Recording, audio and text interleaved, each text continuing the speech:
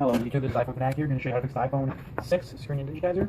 When you get the digitizer, normally you'll get tools with it. You'll get maybe tweezers, and for sure you'll get a flathead and Phillips screwdriver.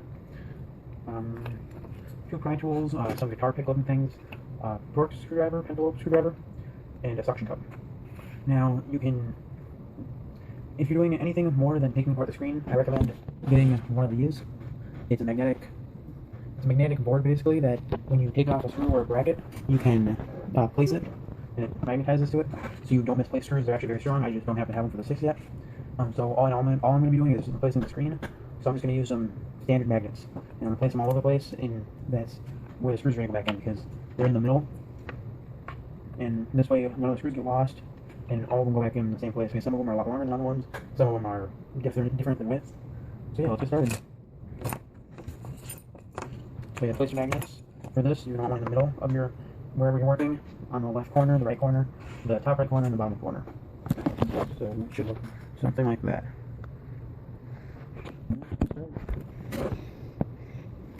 First, you're going to want to remove the pentalobe screws or Torx screws on the bottom. It's kind of the standard for all the phones that are iPhone. This is basically the same as a iPhone 5 screen replacement, but there's one for over on whatever side you pick up first, put it on the magnet. Then the second one is another magnet. And you take your suction cup and you place it close to the home button. This isn't a very good suction cup, so it kind of slips off. Try to not have it on the home button, otherwise it will slip off there easily. But all you gotta do is you gotta take your pry tool and your suction cup, lift up. And this one's gonna take a little bit because the suction cup's not as strong to the glass as it should be. But yeah, you're just gonna want to lift up, and it's gonna lift up right there. And when you get it up, you slip your pry tool in there.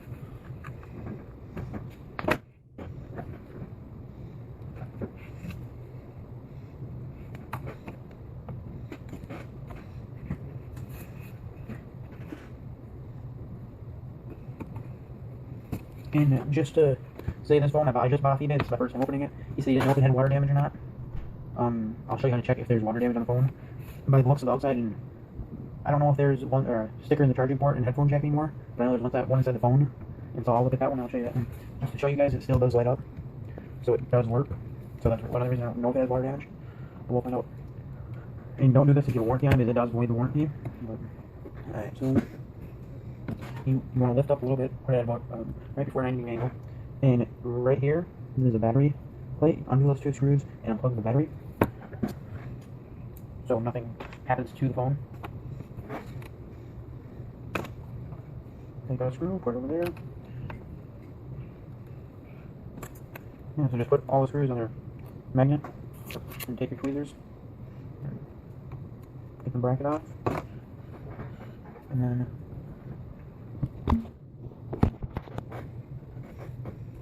just take your plastic pry tool, and it's going to be the top one right there. Don't force too much, just pop it up and leave it alone.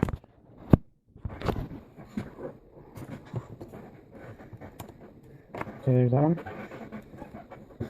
Then you're going to want to take out this plate. And there's 2 screws on the bottom, 2 screws on the top, and 1 screw in the middle.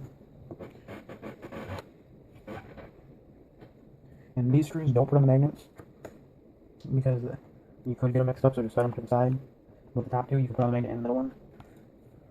And for these ones, it's very important to keep the different ones because them in different places. The top right one is not a magnetic, it goes into the phone. And so that's how they made it. So that, and some of them are a lot longer, like that one is way longer than all of them. Yep. And then slightly feel with the bracket. And then take your plastic pick whenever you're picking around at this. Make sure you have something plastic using, especially when you're lifting up the screen. I know people use razor blades, and if you're not extremely careful, even when you are, you still can chip it really easily. Yep, just peel up all these connectors, don't bend them or pull them. And you digitize your tray. That's all it is. These are very fragile, so you don't want to rip them when you lift up the suction cup. That's why you use the little pick, so you don't rip any of these. You know what you're going to want to do. I recommend not doing any of this before you have the other screen with you.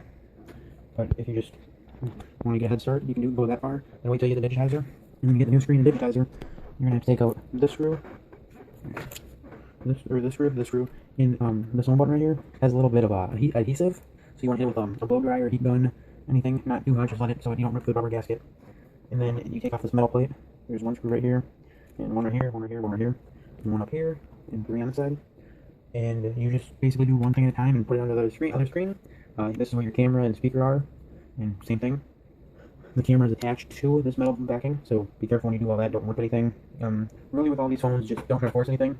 If something's not going in, it's because you have a problem, and just look into it. And how to tell if the phone has water damage, or at least a lot of water damage? It's this white focus. This white strip right here. If that is a pink, red, any different color than pearl white, basically, the phone has had excessive amount of water damage, or it was at least just submerged in water and pulled out, and it got in there to activate the strip. That's the only one I can guarantee is on here. I'm sure there's other ones. There's normally one in the charging port, and one in the headphone jack, and one under the SIM tray. And that one you check by, you just grab your little tool, your pin or whatever. I was lucky enough for one of the digitizers I bought for 5S came with this little thing. So you just take that,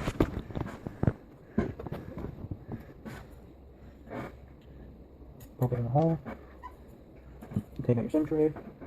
Yep, there is one in the SIM tray, which you can use a flashlight and see it when you just pop out the SIM tray and you don't have to go inside the phone. So if you're just out there buying a phone, always check this first, and then hand you the phone before you hand them the money. Make sure. 1 second. Well, you can't really see it, but it's right here. Yeah, it's not letting me focus at all. But yeah, it's right here, right next to this black thing. There's a white strip, and it's pure white, so I know there's no water damage that was excessive enough to set off any of the strips in the phone.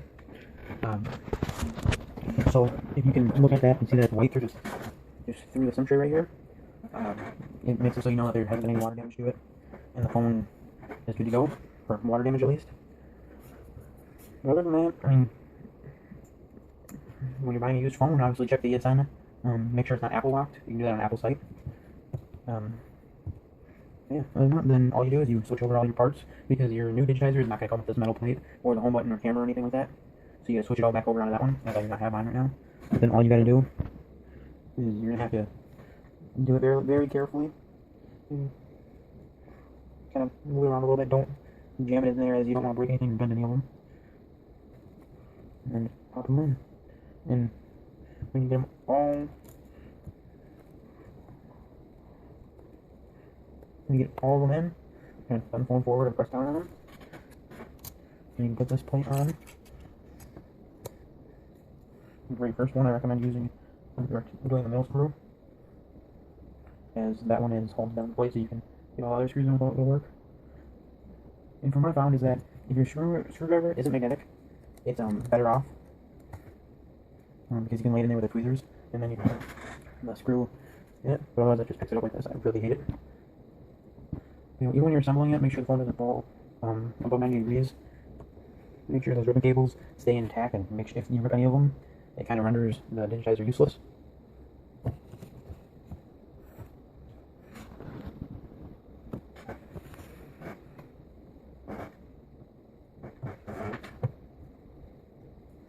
yeah, other than that, these screws are kind of a pain in the ass to get in, but it's a lot better to do this than having Apple do it for like $190, I think, right now, to get Apple to replace your screen. That the digitizer on eBay or Amazon.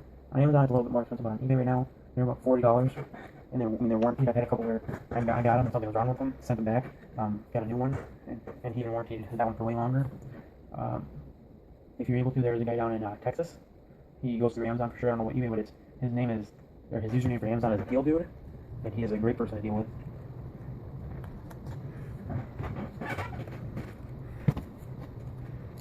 And then just put on your next plate. I can't stress this enough. Make sure you put every screw back in its spot. Some screws may not seem important, but a lot of the screws actually, well, at least some of them are for like Wi-Fi connection, if they help with it, or cellular connection. And I mean, it makes a world of difference just to have that screw in. Like I said, some of them are magnetized more than others. Yeah, so that's all it is. Put all the screws in, set it down, make sure it's all lined up nice and neat.